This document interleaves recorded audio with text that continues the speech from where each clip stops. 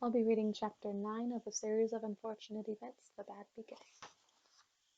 Yes, Count Olaf continued, it certainly is strange to have a child missing, and one so small and helpless. Where's Sunny? Violet cried. What have you done with her? Count Olaf continued to speak as if he had not heard Violet. But then again, one sees strange things happen every day. In fact, if you two orphans follow me to the backyard, I think we will all see something rather unusual. The Baudelaire children didn't say anything, but followed Count Olaf through the house and out the back door.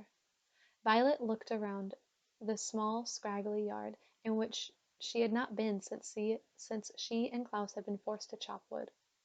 The pile of logs they had made was still lying there, untouched, as if Count Olaf had merely made them chop logs for his own amusement, rather than for any purpose. Violet shivered, still in her nightgown, but as she gazed here and there, she saw nothing unusual. You're not looking in the right place, Count Olaf said. For children who read so much, you two are remarkably unintelligent. Violet looked over in the direction of Count Olaf, but could not meet his eyes. The eyes on his face, that is. She was staring at his feet, and she could see the tattooed eye that had been watching the Baudelaire orphans since their troubles had begun. Then her eyes traveled up Count Olaf's lean, shabbily dressed body, and she saw that he was pointing up with one scrawny hand. She followed his gesture and found herself looking at the forbidden tower. It was made of dirty stone, with only one lone window. Just barely visible in the window was what looked like a bird cage. Oh no, Klaus said in a small, scared voice. Violet looked again. It was a bird cage, dangling from the tower window like a flag in the wind. But inside the bird cage she could see a small and frightened Sunny. When Violet looked closely, she could see that there was a large piece of tape across her sister's mouth, and ropes around her body. She was utterly trapped. Let her go, Violet said to Count Olaf. She's done nothing to you. She is an infant. Well now, Count Olaf said, sitting on a stump, if you really want me to let her go, I will. But surely, even a stupid brat like you might realize that if I let her go, or more accurately, if I ask my comrade to let her go, poor little Sunny might not survive the fall down to the ground.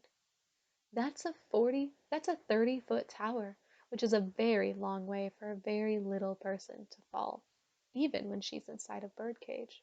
But if you insist. No! Klaus cried. Don't! Violet looked into Count Olaf's eyes and saw that at the small parcel, and Violet looked into Count Olaf's eyes and then at the small parcel that was her sister, hanging from the top of the tower and moving slowly in the breeze. She pictured Sunny toppling from the tower and onto the ground. She pictured her sister's last thoughts being ones of sheer terror. Please, she said to Olaf, feeling the tears in her eyes. She's just a baby. We will do anything. Anything. Just don't harm her. Anything? Count Olaf asked, his eyebrow raising. He leaned in toward Violet and gazed into her eyes. Anything? Would you perhaps consider marrying me at tomorrow night's performance? Violet stared at him. She had an odd feeling in her stomach, as if she were the one being thrown from a great height. The really frightening thing about Olaf, she realized, was that he was very smart after all. He wasn't merely an unsavory drunken brute, but an unsavory, clever drunken brute. While you were busy reading books and making accusations, Count Olaf said, I had one of my quietest, sneakiest assistants skulk into your bedroom and steal little Sunny away. She is perfectly safe, for now, but I consider her to be a stick behind a stubborn mule. Our sister is not a stick, Klaus said. A stubborn mule, Count Olaf explained, does not move in the direction its owner wants to. In that way, it is like you children, who insist on mucking up my plans. Any animal owner will tell you that a stubborn mule will move in the proper direction if there is a carrot in front of it and a stick behind it. It will move toward the carrot because it wants the reward of food, and away from the stick because it does not want the punishment of pain. Likewise, you will do what I say to avoid the punishment of the loss of your sister, and because you want the reward of surviving the experience. Now, Violet, let me ask you again. Will you marry me? Violet swallowed and looked down at Count Olaf's tattoo. She could not bring herself to answer. Come now, Olaf said, his voice faking a word which here means feigning kindness.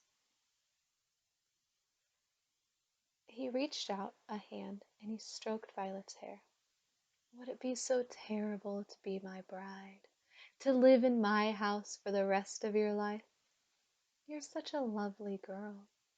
After the marriage, I wouldn't dispose of you like your brother and sister. Violet imagined sleeping beside Count Olaf and waking up each morning to look at this terrible man. She pictured wandering around the house trying to avoid him all day and cooking for his terrible friends at night and perhaps every night for the rest of her life. But then she looked up at her helpless sister and knew what her answer must be. If you let Sunny go, she said finally, I will marry you. I will let Sunny go, Count Olaf answered, after tomorrow night's performance. In the meantime, she will remain in the tower for safekeeping. And, as a warning, I will tell you that my assistants will stand guard at the tower, at the door to the tower's entrance, in case you are getting any ideas.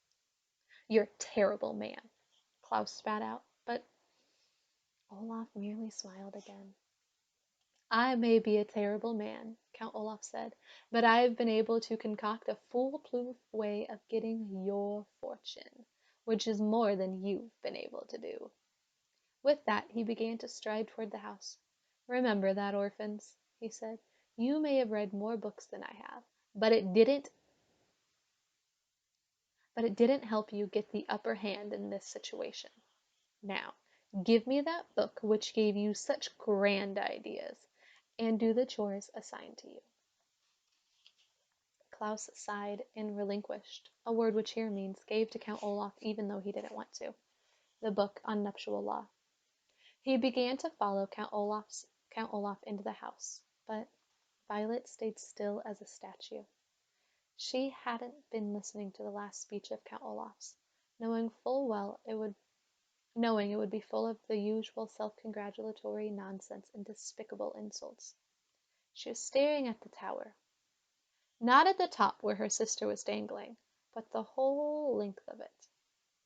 Klaus looked back at her and saw something he hadn't seen in quite some time.